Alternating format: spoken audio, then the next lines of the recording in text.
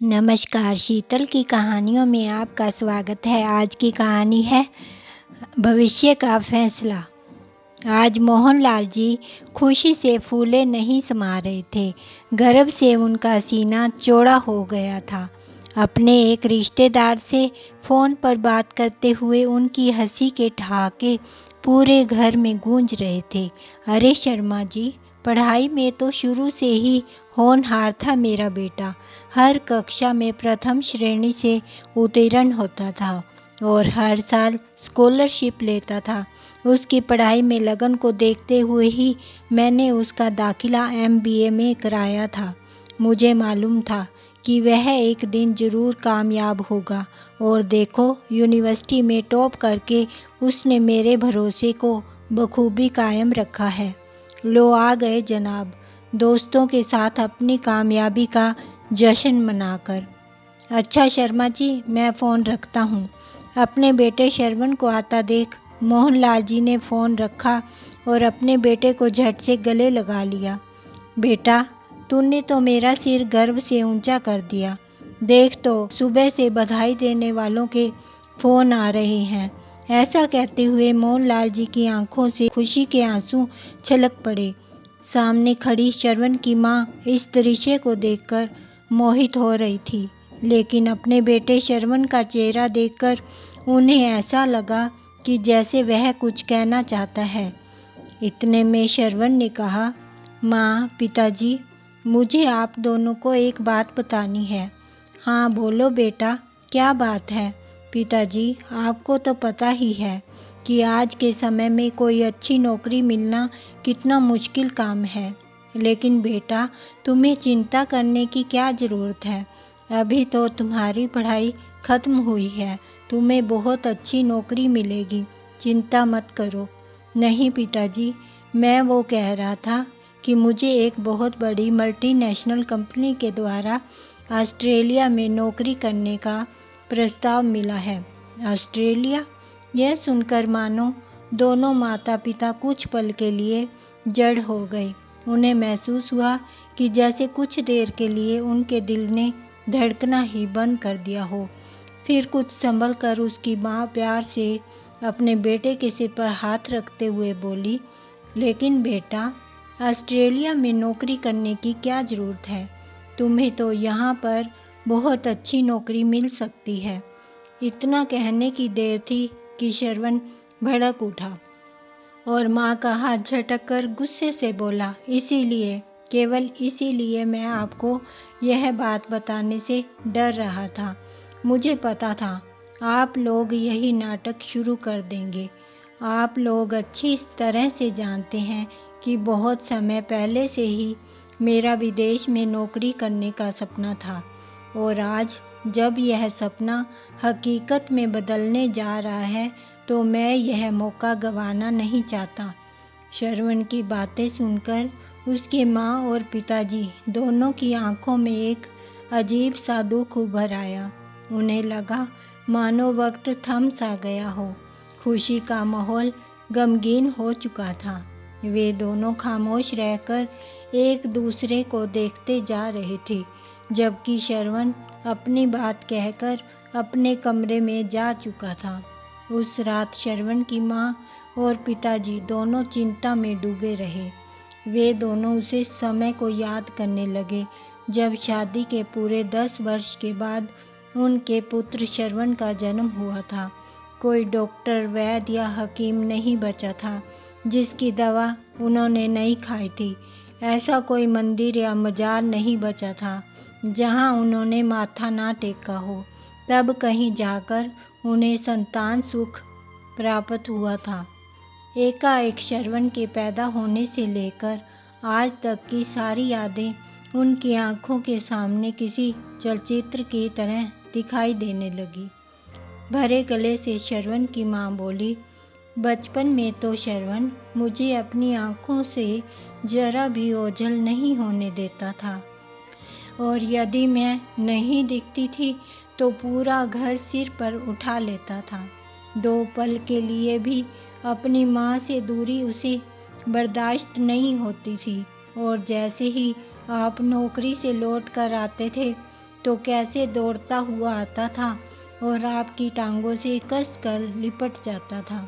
श्रवण के पिता मोहनलाल जी भी उन सब बातों को याद करके भावुक हो गए और कहने लगे, वो दिन थे और एक आज का दिन है जब हमारा वही श्रवण हमें छोड़कर विदेश जाने के बारे में सोच रहा है। हमारे इकलौते बेटे ने एक बार भी नहीं सोचा कि उसके बूढ़े माँ बाप का क्या होगा, उन्हें कौन संभालेगा। क्या औलाद इतनी ही भी स्वार्थी हो सकती है। ऐसी ही गहरी चिंताओं से घिरे वे दोनों रात भर करवटें बदलते रहे, लेकिन नींद उनकी आंखों को छू भी नहीं पाई। सुबह जब वे अपने कमरे से बाहर आए तो देखा श्रवण तैयार होकर जूते पहन रहा था। इससे पहले कि वे उससे कुछ पूछते, वह एक बैग में अपने कपड़े रखने लगा। यह सब देखकर श्रवण की माँ ने रूंधे स्वर में पूछा, बेटा कहीं जाने की तैयारी है? तो श्रवण बोला, हाँ माँ, मुझे पासपोर्ट बनवाने के लिए दिल्ली जाना होगा। मेरा दोस्त है ना नितिन, उसके पिताजी पासपोर्ट ऑफिस में ही काम करते हैं। मेरी उससे बात हो गई है। जब तक अपॉइंटमेंट लेटर आएगा तब तक मैं यह काम निपटा लेता हूँ। इसी बहाने कुछ दिन मैं अपने दोस्त के साथ दिल्ली भी घूम लूँगा। श्रवण की बात सुनकर उसकी माँ उसके लिए चाय नाश्ता लेने के लिए रसोई में गई तो उसके पिताजी ने बड़े प्यार से उससे पूछा, बेटा एक बात तो बताओ, क्या विदेश जाना इतना ही ज़रूरी है? तो श्रवण बोला, पिताजी इसमें हर्ज ही क्या है। जितना पैसा मुझे विदेश की नौकरी में मिलेगा उतना तो मैं यहाँ कभी नहीं कमा सकता। लेकिन बेटा ज़िंदगी में पैसा ही तो सब कुछ नहीं होता। पिताजी फिर से बोले तो श्रवण ने कहा, पिताजी मुझे समझ नहीं आ रहा कि मेरे विदेश जाने की बात सुनकर आप इतने नाखुश क्यों हैं। अभी मोहनलाल जी कुछ कहने ही लगे थे, तभी श्रवण ने स्पष्ट शब्दों में कह दिया, पिताजी मैं जिंदगी भर इस छोटे से घर में पड़ा नहीं रह सकता। आप क्या चाहते हैं, मैं अपने सपनों को आग लगा दूं और आपकी तरह ही छोटी मोटी नौकरी करके जीवन का बोझ ढोता रहूं? ऐसा हरगिज नहीं होगा। इतना कहकर वो अपना बैग उठाकर चल दिया और मोहनलाल जी अपने पुत्र की बातें सुनकर जैसे पत्थर बने रह गई। माँ उसे नाश्ते के लिए पुकारती रह गई, लेकिन वो नहीं रुका। कुछ घंटे का सफ़र तय करके जब श्रवण दिल्ली पहुंचा तो उसका मित्र नितिन उसके इंतज़ार में वहां पहले ही मौजूद था।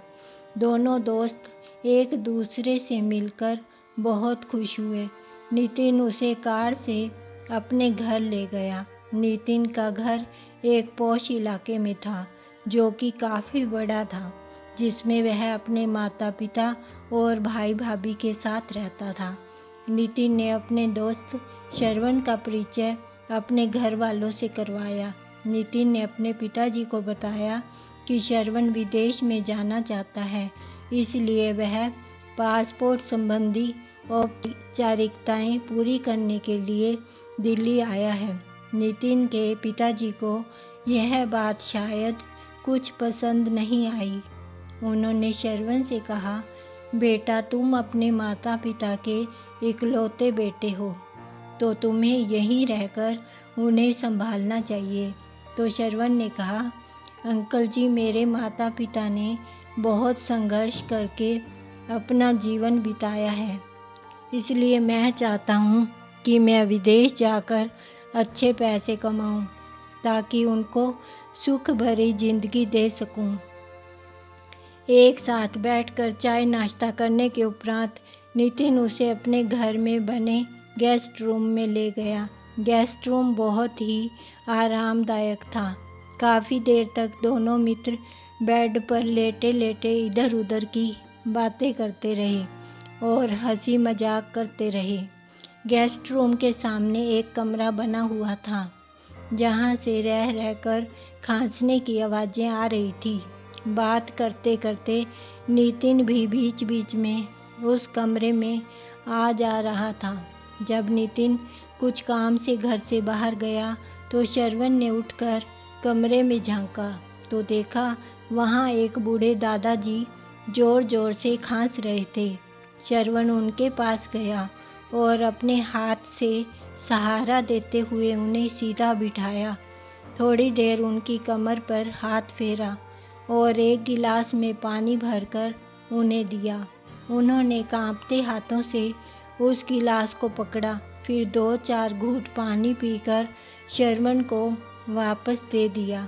अब तक उनकी खांसी भी बंद हो चुकी थी। श्रवण ने गिलास रखकर अपने हाथ का सहारा देते हुए उन्हें वापस बिस्तर पर लिटाया। जहाँ एक ओर वो राहत महसूस कर रहे थे तो दूसरी ओर श्रवण को प्रश्न भरी नज़रों से देखते जा रहे थे। श्रवण उनकी नज़रों में छिपे प्रश्न को तुरंत समझ गया और बोला, जी मैं नितिन का दोस्त हूँ, आज ही दिल्ली आया हूँ।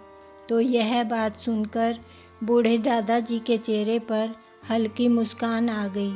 उन्होंने उसे आशीर्वाद देने के लिए अपना हाथ उठाया और अपना कांपता हाथ उसके सिर पर रखा।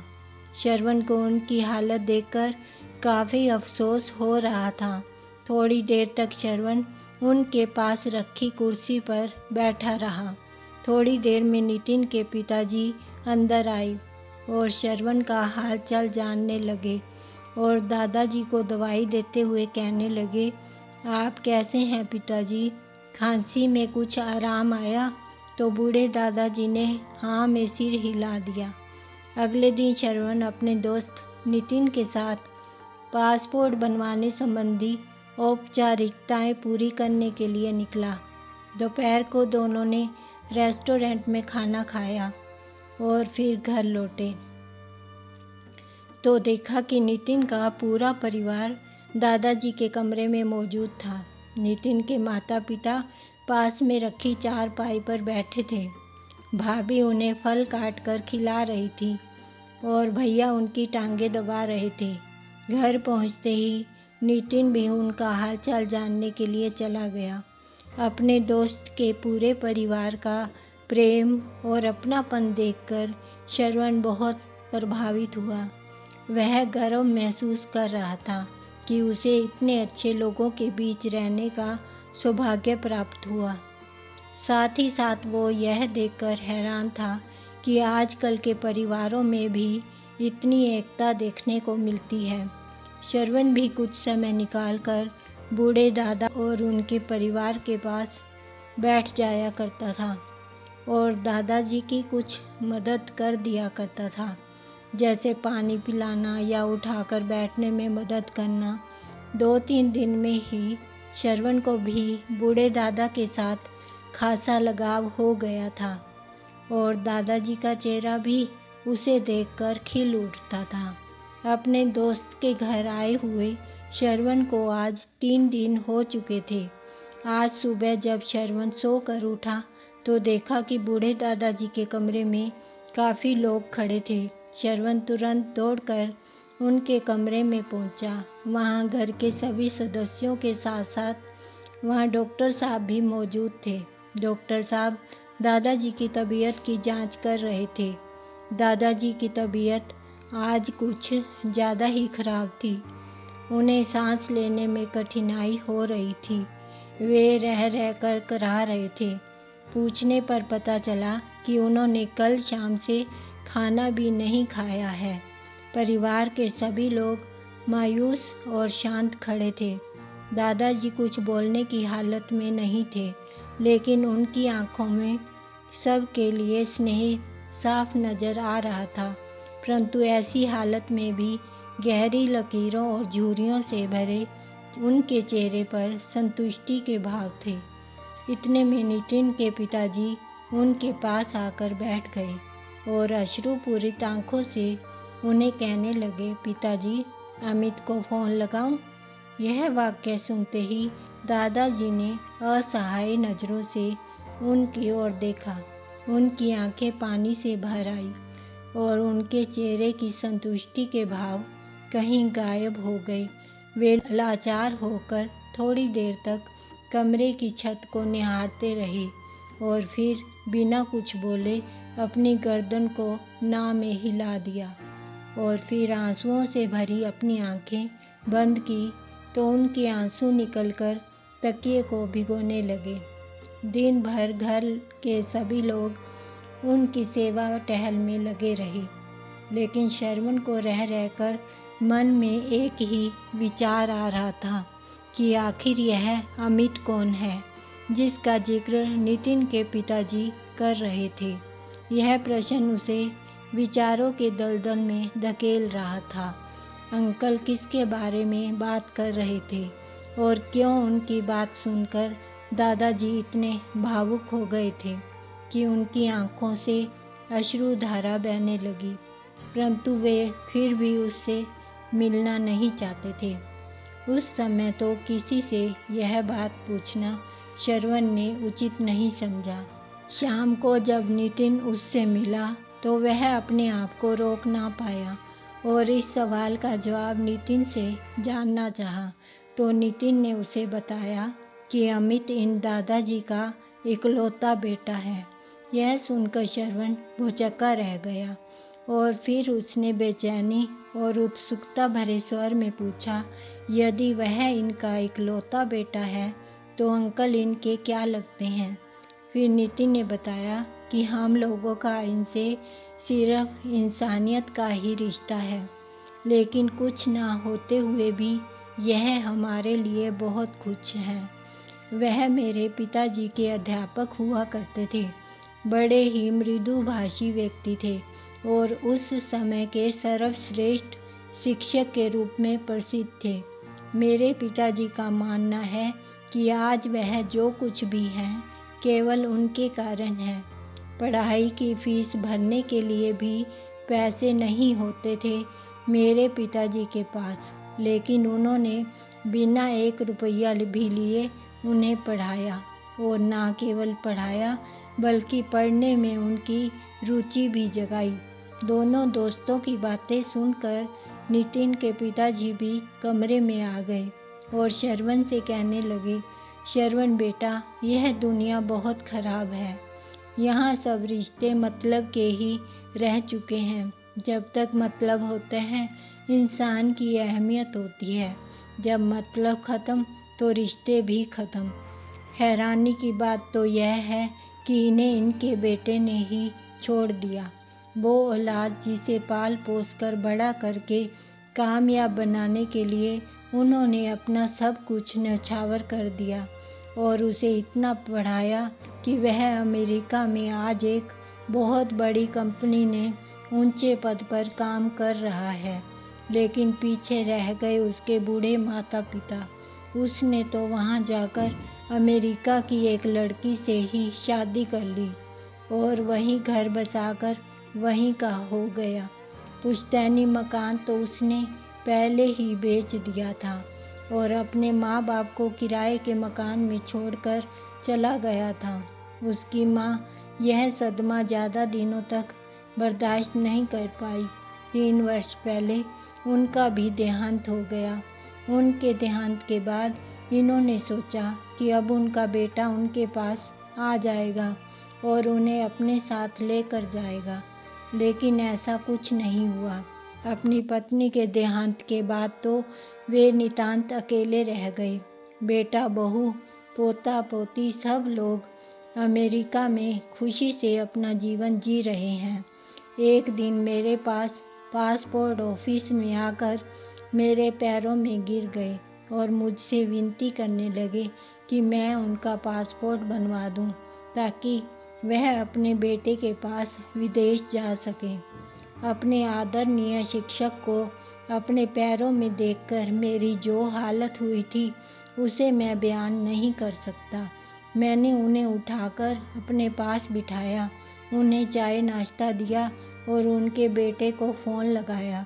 अमित ने फ़ोन उठाया तो, लेकिन यह कहकर टाल दिया कि कुछ समय बाद मैं पिताजी को ले जाऊंगा और वह समय आज तक नहीं आया। उसके बाद मैंने उन्हें अकेला नहीं छोड़ा और इस घर में ले आया। मुझे पिता समान अपने गुरु का आशीर्वाद मिल गया।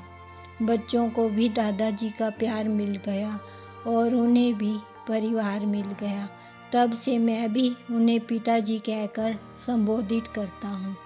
श्रवण उनकी बातें सुनकर अचंभित रह गया। सोचने लगा, कितने भले लोग हैं यह सब, जिन्होंने इंसानियत का फ़र्ज निभाने में सारी हदों को पार कर दिया। काश ईश्वर हर माता पिता को ऐसी संतान दे तो पूरी धरती स्वर्ग बन जाए।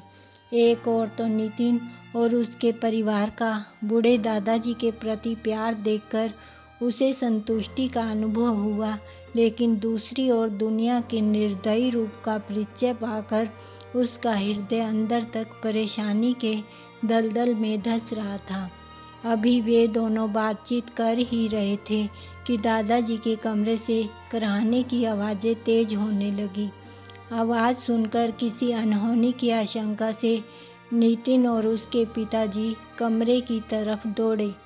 श्रवण सन्न रह गया, फिर अपने आप को संभालते हुए उठा और दादाजी के कमरे में गया। देखा तो दादाजी को सांस लेने में अत्यधिक तकलीफ हो रही थी।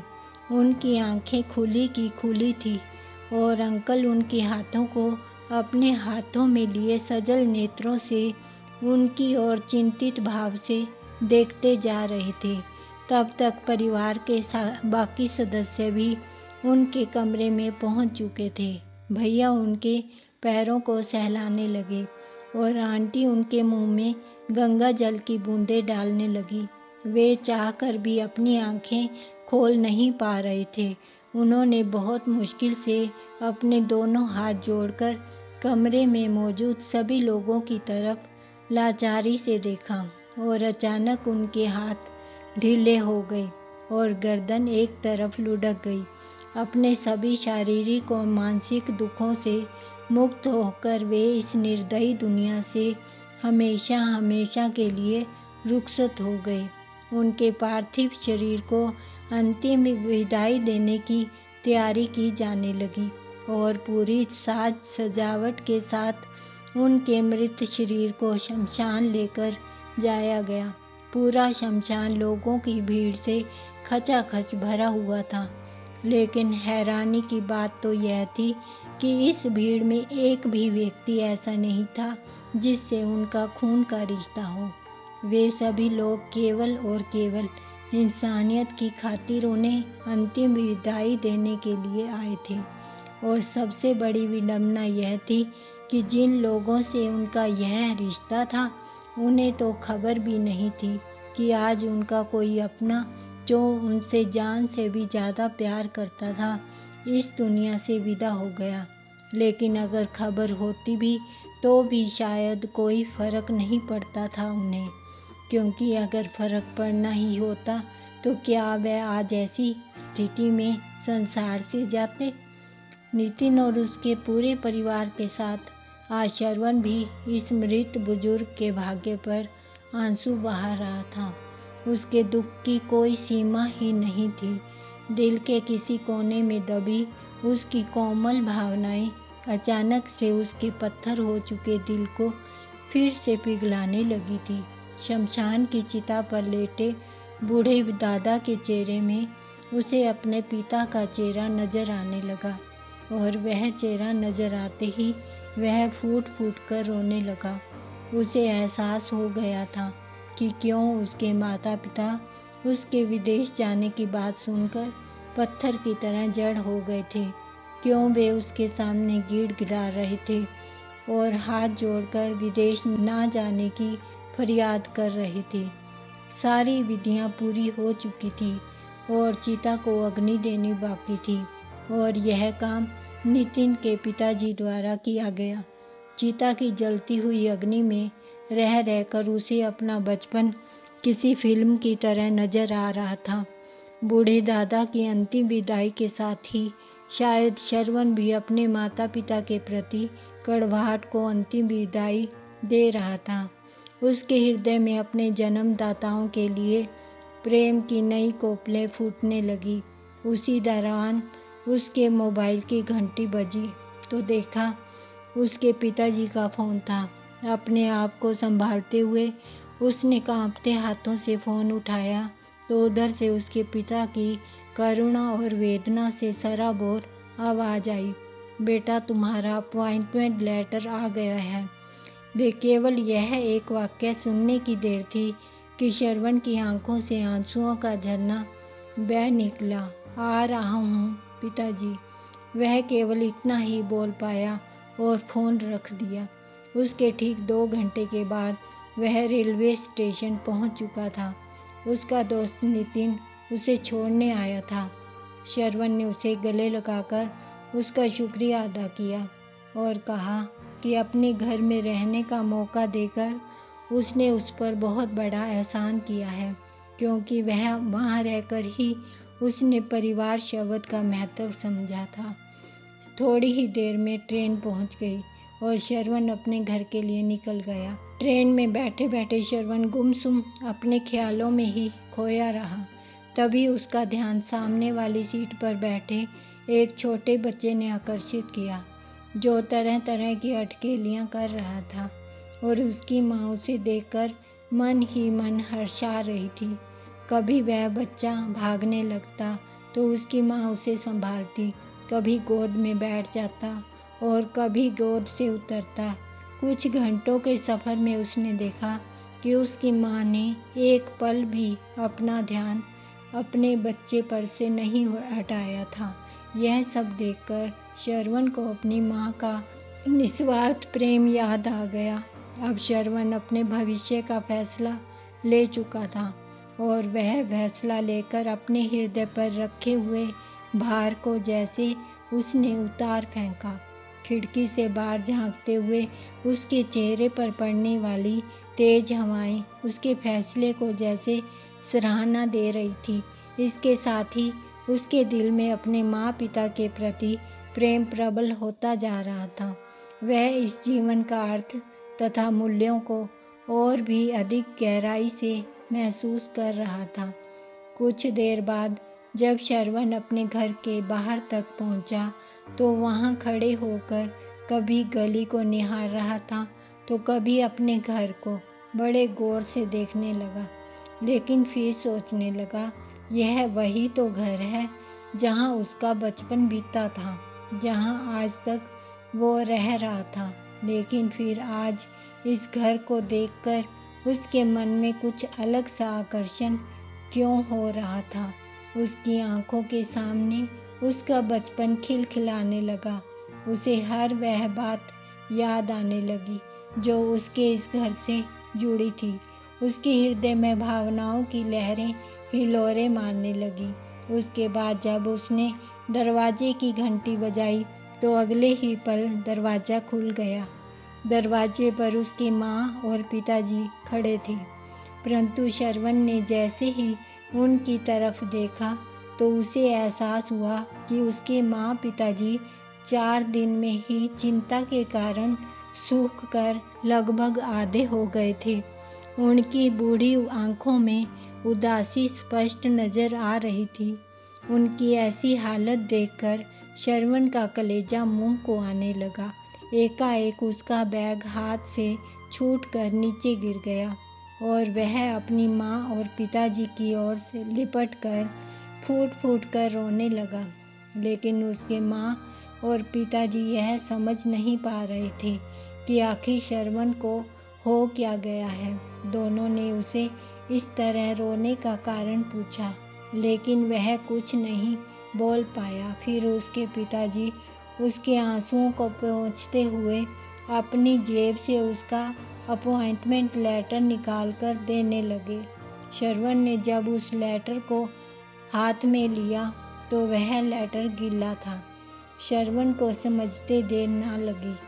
यह लेटर किसी और वजह से नहीं बल्कि उसकी माँ और पिताजी के आंसुओं के कारण भीगा है। उसने तुरंत उस पत्र के टुकड़े टुकड़े कर दिए और फिर प्रेम और करुणा मिश्रित स्वर में बोला, माँ पिताजी मुझे माफ़ कर दीजिए। मैं भटक गया था और फिर से उनके गले लग गया। आज इस घर में प्यार और खुशी के आंसुओं का सैलाब आ चुका था। यह परिवार आज सही मायने में परिवार बन चुका था और ज़मीन पर पड़े उस अपॉइंटमेंट लेटर के टुकड़े इस बात की गवाही दे रहे थे। आज पूरे घर में श्रवण का यह वाक्य गूंजता जा रहा था, मैं आपको छोड़कर कहीं नहीं जाऊंगा, मैं आपको छोड़कर कहीं नहीं जाऊंगा। आपको यह कहानी कैसी लगी? प्लीज़ लाइक करें, कमेंट करें और सब्सक्राइब करना बिल्कुल मत भूलें। धन्यवाद।